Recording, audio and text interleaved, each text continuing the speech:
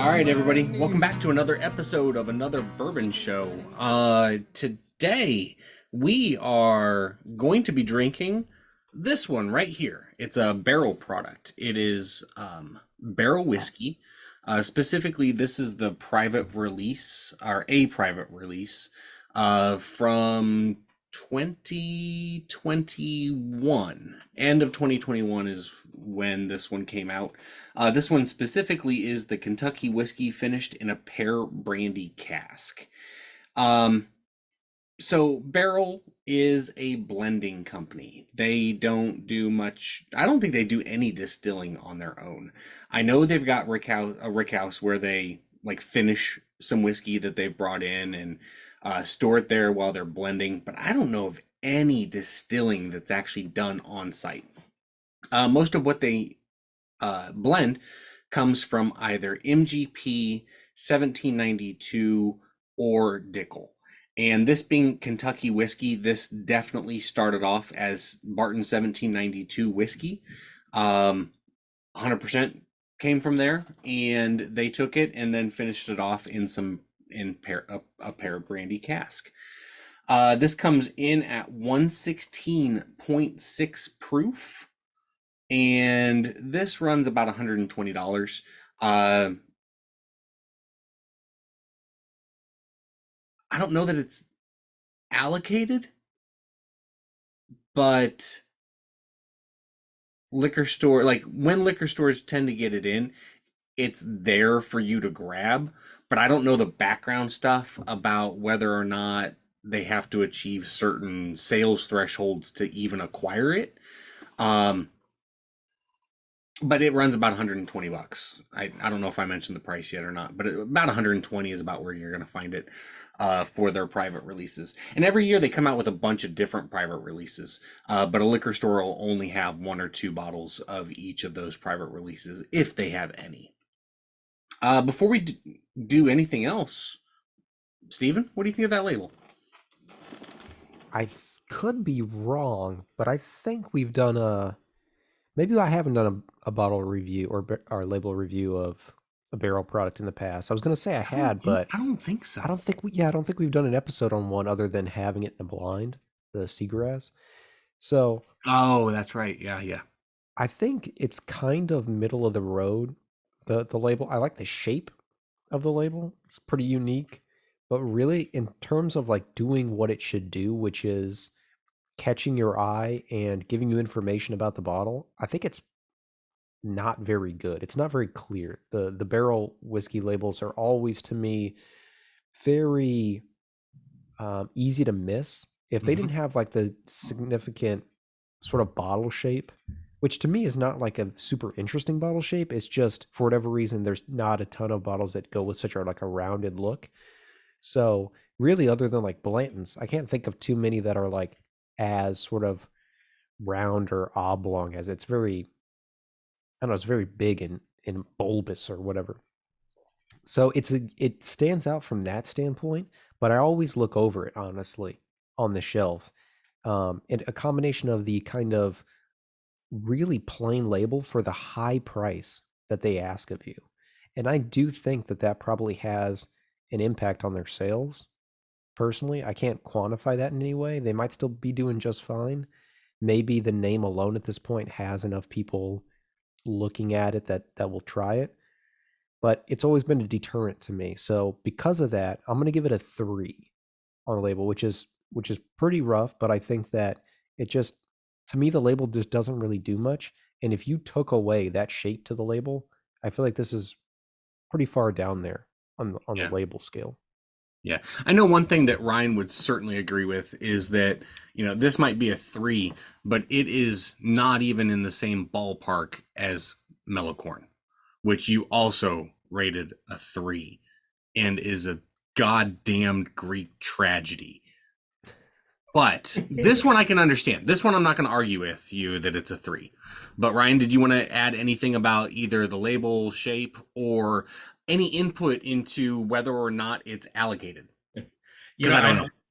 I'm not sure on the allocation itself, but I actually like the bottle. I think it's a cool design, and it's kind of got that old school like late 50s, early 60s vibe to it, which kind of throws me back to like that Mad Men era. Like I could see that being in the background, which has a nostalgic look for me, I feel like. But outside of the one we tasted in that blind, I see it on the shelf. I can't say whether, how many people are picking through it, but I like the label. I think it's a little better than what you say, Steven. There's a little too much blind space above the barrel. I don't know if that can be kind of centralized or maybe some other part of the label, up top, maybe putting the proof or something that goes around the label or around the bottle. But I think it looks pretty cool. It's a little basic, but it's nostalgic all in the same. Okay. Well, yeah. So, Stephen, you mentioned the name alone, because Barrel is a well-known and it's held in high regard.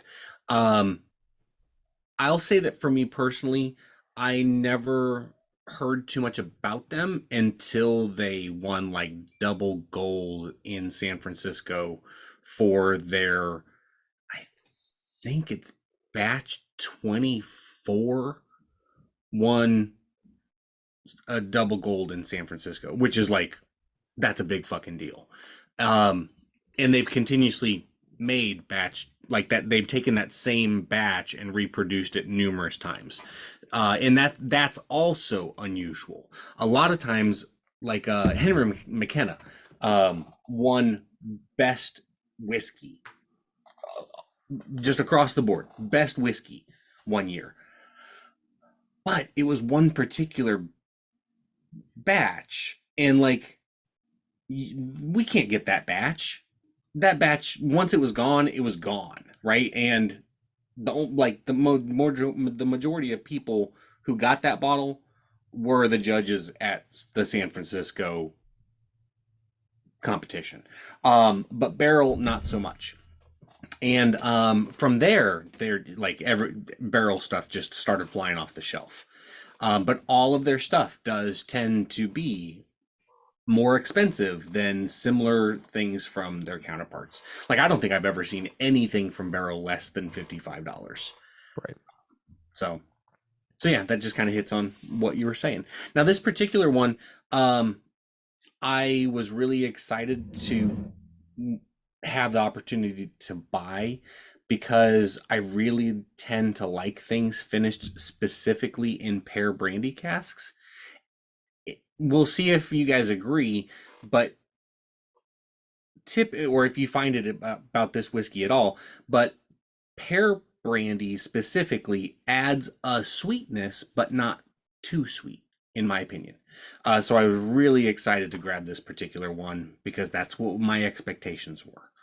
But why don't we nose it and taste it and see if this one has that and what y'all think about it. Let's do it. Cheers. Cheers. Cheers. And again, remember, this is 116.6 proof. Yeah, I get some burn on the nose. It's pretty it's pretty rough. Makes me want to sneeze almost if I And it's important to note that though we know that this was sourced from Kentucky, which we know 100% means that Barrel sourced it from 1792, it is whiskey. It is not bourbon. So that tells us that it's not 51% anything.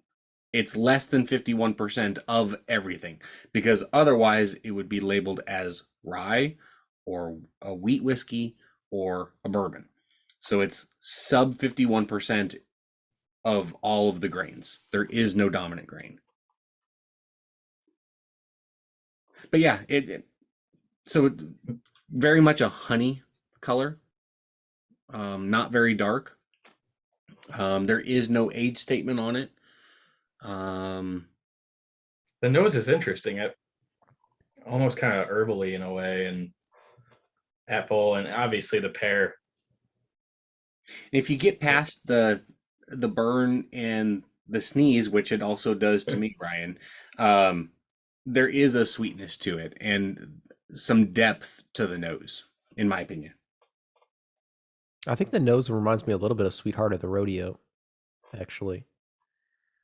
I can see that. and Yeah, the slight sweetness to it. yeah. I would agree with you on that one. Good connection. What do you say, $110? Um, I so I bought this from Dean's, and there was a price tag on it, but I can see that I scratched that off because likely I didn't want my wife to know that this bottle had cost however much it did cost. But yeah, the price is in the 110 to 120 range. I just killed a gnat and protected my home. No big deal. Fucking man of the house right there. So I took a sip. It tastes every bit of that proof. It definitely hits you, but you were right that there is that sweetness there too. It is, it's not there. I would say that this does taste a bit like brandy to me. It's almost like you had the pear brandy and then you watered it down with high proof bourbon, if that makes sense.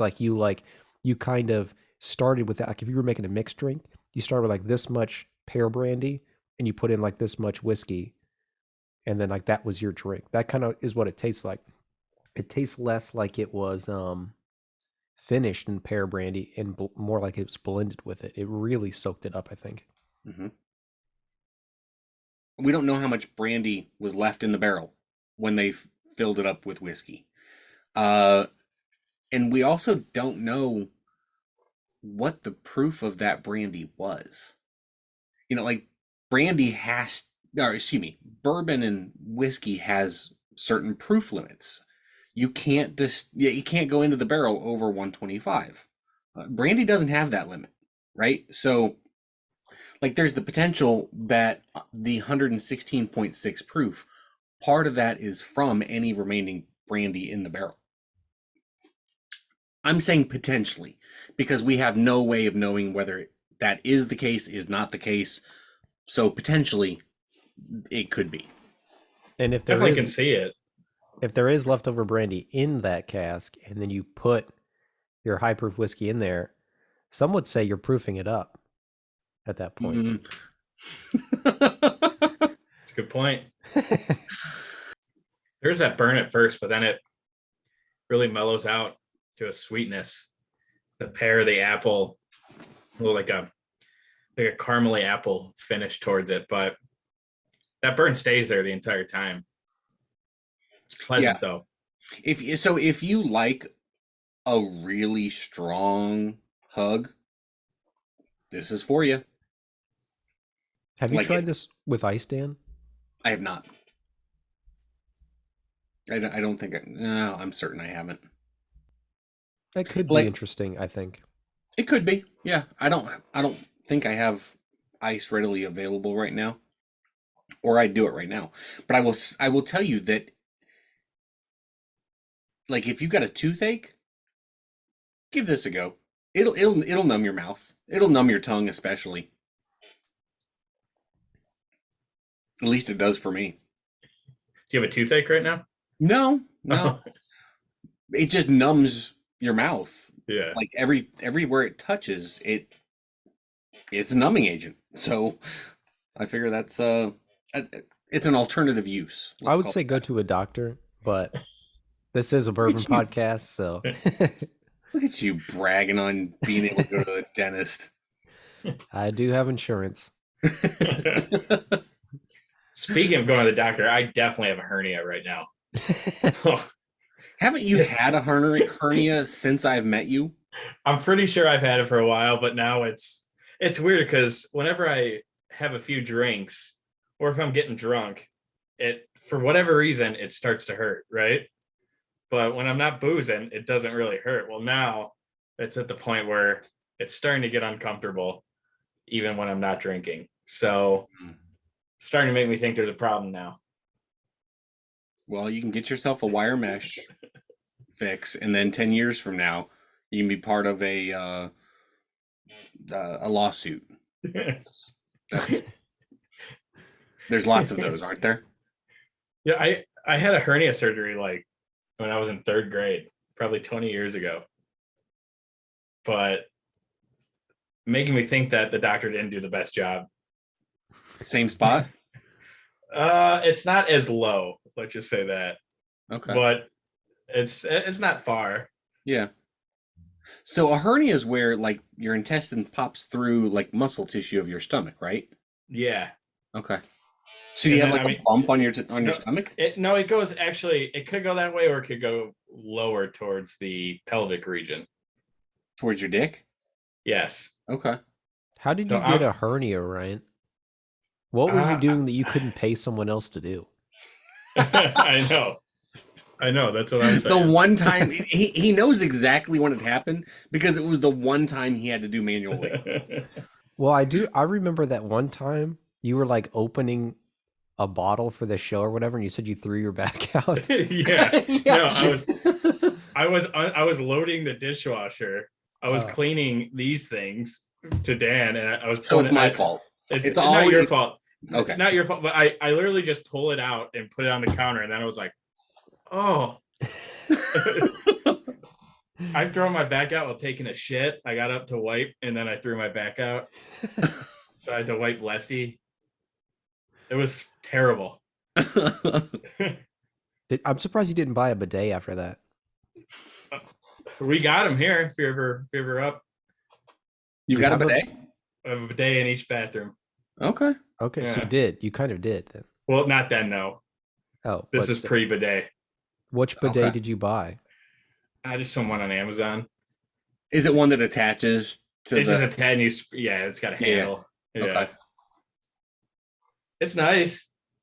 It's not bad. I don't use it that often, but if I throw my back out, I'm using it without a doubt. Yeah. All right. So what do you say we go ahead and rate this son of a bitch? Literally Let's do it. 2.5 hours after we started recording. Yeah. Give or take. Well, and I guess more like an hour and 20 minutes after we started recording. Like you'll be able to delete a bunch of that early stuff. Yeah, the because that was moment, just pretty much every episode, giving the moment nasty looks to Ryan. we start talking about The Wire, and I'm like, all right, cut here. And then I'm just gonna scrub ahead an hour from now, and then I'll pick it up again. Okay, cool. So, who wants to go first rating this one? I'll go. Let me take one more sip. All right. I'm going to give this one 7.6. Okay. I think this is a heavy hitter.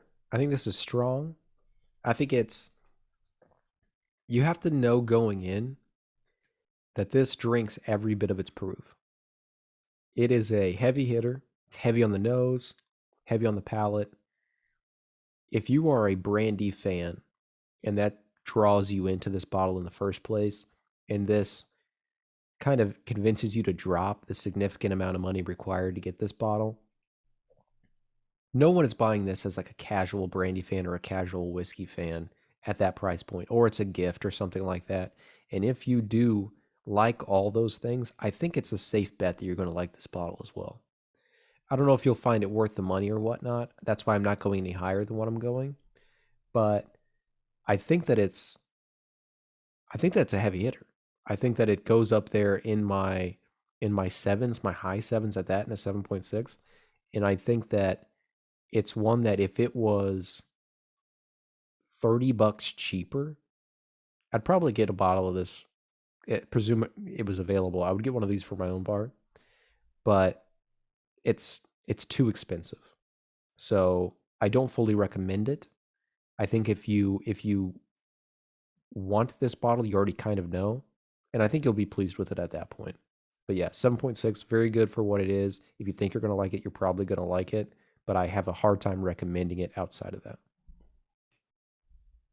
All right, fair enough. Ryan, do you want to go or do you want me to go? Yeah, I'll go next. I'm just gonna go right under an 8 as well, 7.9. I thought it was really good. I get more features out of the brandy aspect of it. I mean, I know it's a whiskey. We don't really know the mash bill or anything, right? So it's a little hard to say, but that proof is really high. So, and it doesn't go away. So when you drink it, it's a little tough at first, but it levels out and gets sweet. You get those notes of pear, apple, caramel. Like my favorite go-to is caramel. But yeah, going into, I mean, never had it before. I thought it was a little light on color, and that's probably that brandy aspect. But for what, 110 bucks, I do think it's a little pricey, and it's might sound weird. It's just not whiskey enough for me. It relies more on those brandy notes, I feel like. So for that reason, I'm going 7.9. All right. So I'm gonna go just a smidge under Steven at 7.5. I do think that the bottle is worth the price, but just barely. Like just like like I paid for it first time I tried it. I was just like, okay, barrel is always right there on the verge of, is it worth the money or is it not? It's back and forth depending on the barrels, like the bottle to me. And this one I was just like, it's worth it, but just barely, in my opinion. It's thin. Like, okay, I'm gonna start with the negatives. It's thin. It doesn't have like, it's got like no legs to it. It seems like it's watery, but then it punches you in the face with that 116 proof. And it's like, okay, well, that's weird. But every bit of every sip is just packed with flavors. It's like, it's got depth, it's got characteristics that are interesting. It's got that sweet note that I like from specifically Pear Brandy finishing. It's got the whiskey aspects to it. Overall, it's good, but it's just barely worth the high dollar. Like the high price range, it's just barely worth that, in my opinion. If it was, again, from the early on, I was always the guy that says, oh, don't let price get in the way of your ranking, blah, blah, blah. But it's so hard not to let that get in the way. If this was $30 less expensive, I would be at an 8. If it was $5 to $10 more expensive, I would be at a 7.0. It's like right there. So yeah, I'm at a 7.5.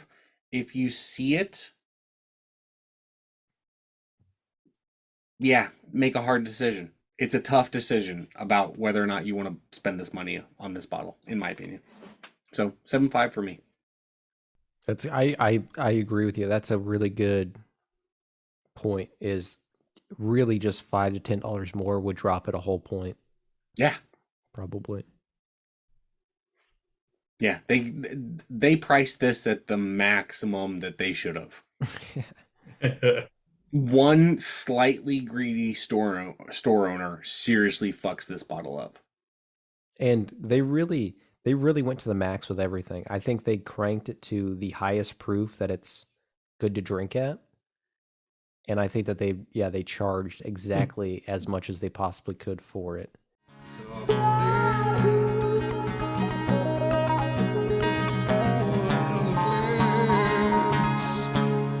Another bourbon show. Another bourbon show. Another bourbon show.